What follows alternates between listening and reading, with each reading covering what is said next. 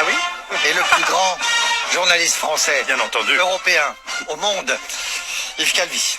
Voilà, ici présent. Bonjour Guillaume. Oui, bonjour. L'année dernière, c'était Alba Ventura qui officiait à la place d'Amandine Bégaud et nous recevions Jean Castex, Bruno Retailleau, Oui. Éric Ciotti, cette année avec Amandine semaine dernière, Oui. Brad Pitt, Voilà. aujourd'hui Guillaume Canet. Ça va? Tranquille? On se met bien? C'est qui le prochain invité? Ryan Gosling en slip? Non, on est très content d'avoir Guillaume, hein, c'est Oui. pas la question.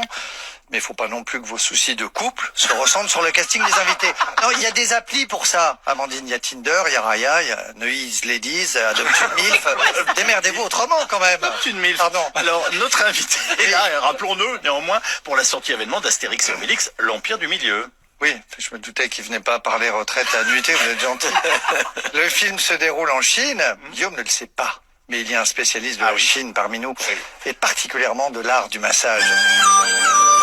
Car Louis Baudin, ici présent, est un client régulier du Petit Bambou, où il fait perdurer cette tradition séculaire du massage naturiste à quatre mains.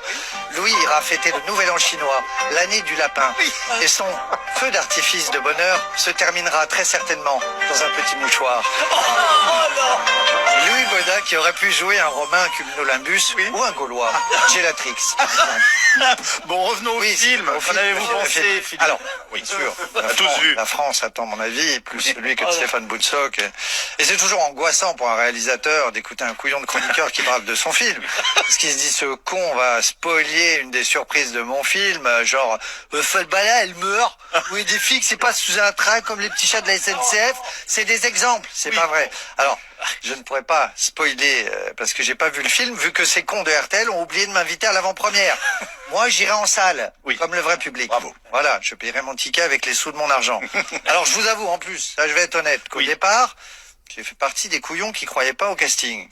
Pardon. Quand on voit Guillaume Canet et Gilles Lelouch en couve de Femina. Je comprends. Les deux, merci. Je me suis posé la question aussi. Merci Guillaume. Les deux beaux gosses du cinéma français pour jouer un demi-nain et un gros. Pardon, mais on doute. Et c'est totalement de votre faute, mesdames, hein, ici présentes. Ça fait 20 ans qu'on entend « Ah, Gilles Lelouch, qu'est-ce qu'il est viril, hein, Guillaume Canet, il est canon, il doit être gay, mais il est canon. » Alors, On leur fait croire qu'il est gay. oui, elles ont jamais dit ça, pardon, d'Astérix et Obélix. On aurait dit, tiens, c'est Philippe Martinez qui joue Astérix. Ok? Et Gérard Larcher qui joue Obélix. Ben, j'aurais dit, ok, si Gérard perd 25 kilos, oui, il peut très bien rentrer dans le futal rayé bleu et blanc d'Obélix. Il porte ses futals comme Chirac d'ailleurs. Je dis les choses, je suis honnête. Si demain on me dit c'est Brad Pitt qui va faire le biopic d'Éric Zemmour, je dirais je demande à voir. On a le droit de douter ou pas? Bah oui, alors rappelons qu'Astérix est né en 1959.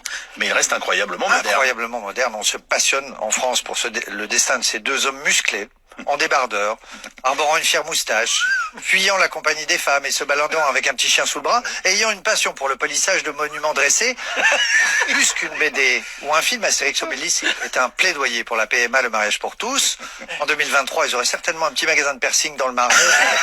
Oui, des francs bourgeois, le tatouage, voilà, des écouffes, tout ça. Plus sérieusement, j'adore le travail de Guillaume Canet, dont je vais voir son film au casting fou.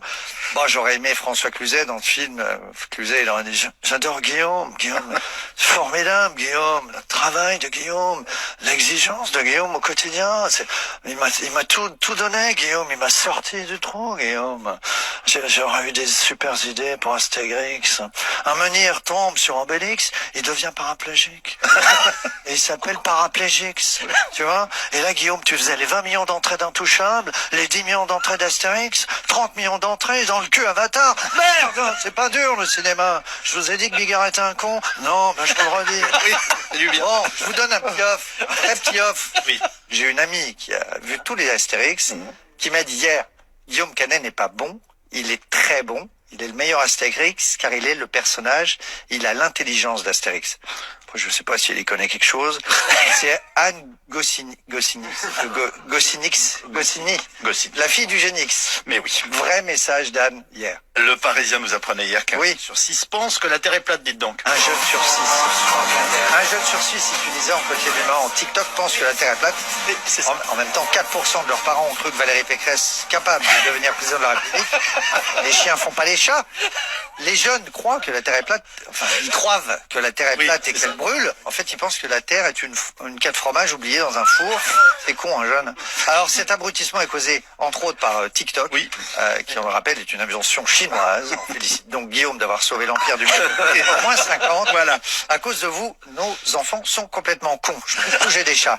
Ça s'appelle l'Empire du Milieu. C'est la grande comédie d'aventure de l'année. Il y en a un comme ça tous les 10 ans.